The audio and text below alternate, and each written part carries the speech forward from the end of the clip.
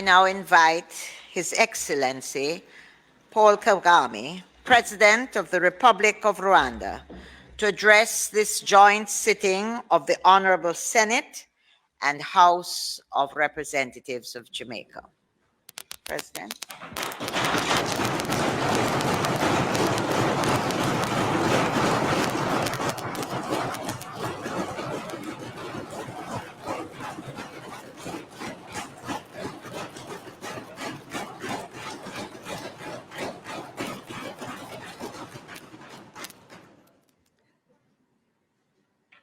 The Honorable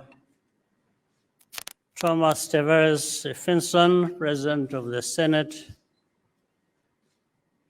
the Honorable Marisa Dorempo Filbert, Speaker of the House of Representatives, the Most Honorable Andrew Holness, Prime Minister, the Honorable Mark Golding, Leader of the Opposition, Honorable Senators and Members of Parliament, distinguished ladies and gentlemen. I feel great honor to be standing before you today to address a joint sitting of the Houses of Parliament of Jamaica. I thank the Parliament of Jamaica for this distinction. Yesterday, I paid tribute to Marcus Garvey at National Heroes Park.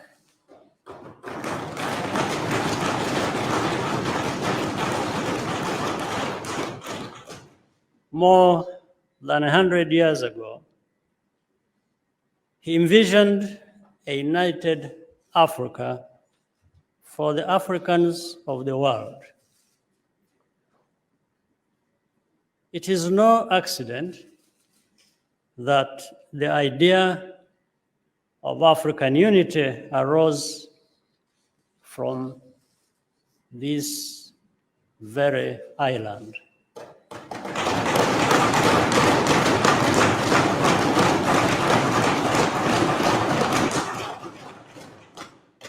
Among the descendants of those who had been forcibly separated from their ancestral homeland, the pain of disunity and contempt was deeply felt.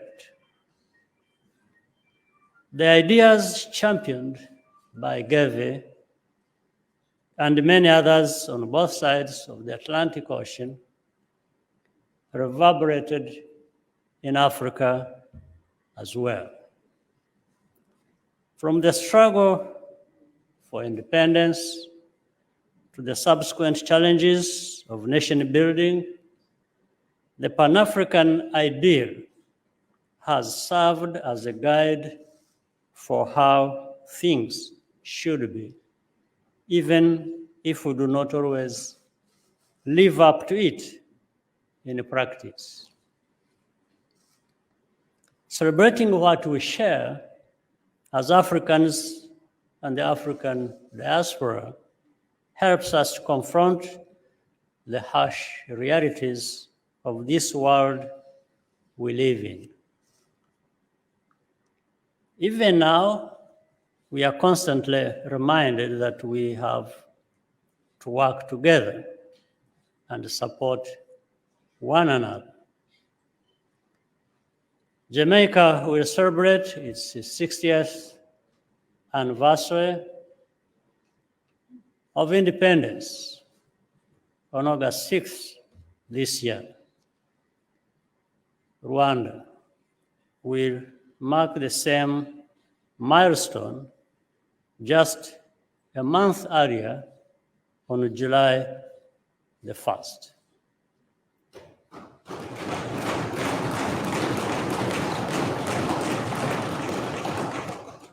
Jamaica has many achievements of which it is rightly proud. On behalf of the government and people of Rwanda, I wish to congratulate you here today. The launch of the Jamaica 60 celebrations last night was a fitting tribute to the enormous progress Jamaica has made. Independence is a date in history, but it is also a mindset. The power of an anniversary comes from the opportunity to remind a new generation of the struggles that came before.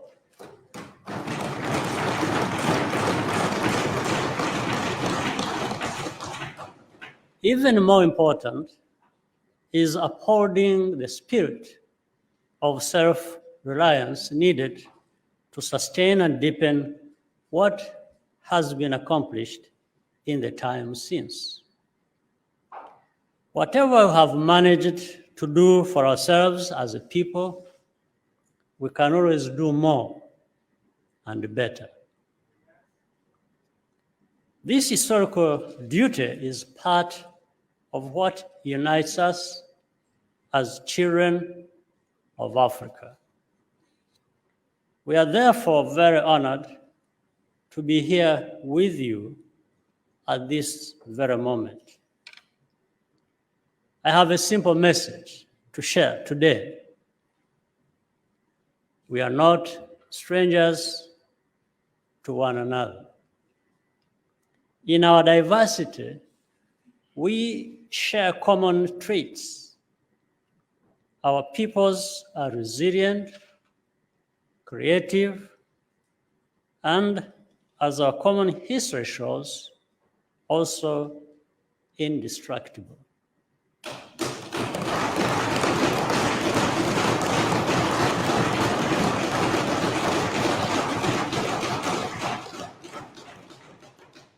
This mutual recognition should have practical, tangible effects. We belong to a number of important multilateral bodies, including the Commonwealth and the Organization of African, Caribbean, and Pacific States. As the newest member of the Commonwealth, Rwanda is proud to host the next Heads of Government meeting in Kigali in June this year. And I can't forget again, as mentioned earlier, to thank Jamaica for supporting Rwanda at the time of need.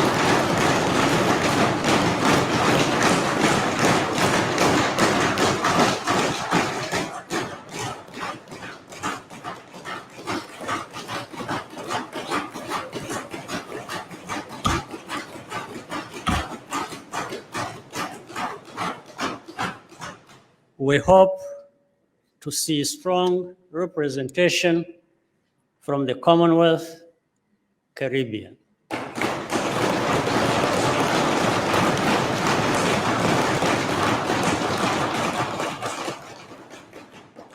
And you will be welcomed home.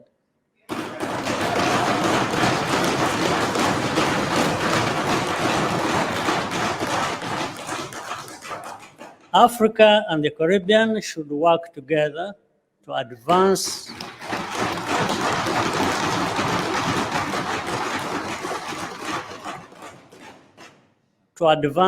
common positions in these bodies where our interests align, as they often do. Climate change and global health are two urgent examples. But Africa and the Caribbean do not have to relate to each other only through intermediaries. Our diplomats tend to meet in New York, London, or Geneva. I have no problem with that, but we could do it otherwise, directly.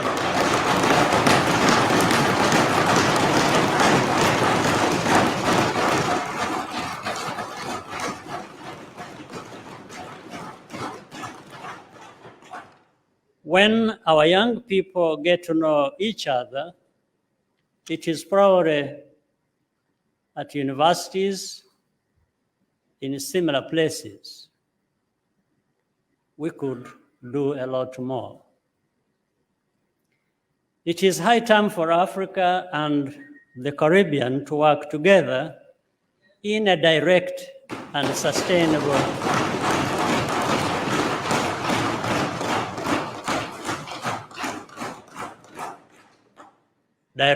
sustained manner, both through our representative regional organizations, CARICOM and the African Union, and bilaterally. The first Africa CARICOM summit last September was long overdue and must be built upon.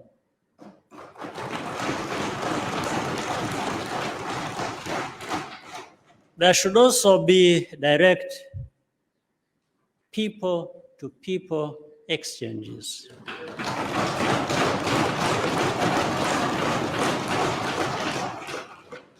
Particularly for the youth and entrepreneurs.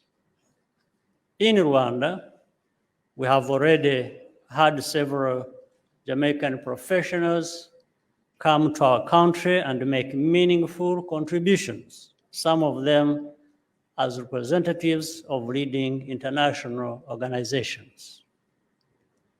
This has only made us want to see more people from Jamaica and this region in Rwanda.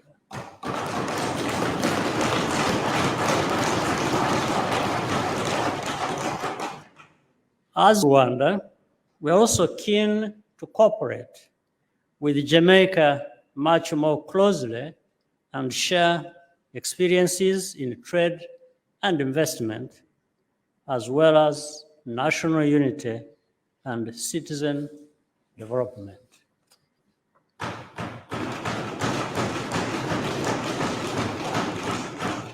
Let's exchange with each other directly and thereby honor the history that joins us and make it a potent force for practical cooperation in the modern world. Honorable members, Madam Speaker, I close once again with thanks to you and to the government and the people of Jamaica for the privilege to visit your country and to be received with much warmth and solidarity.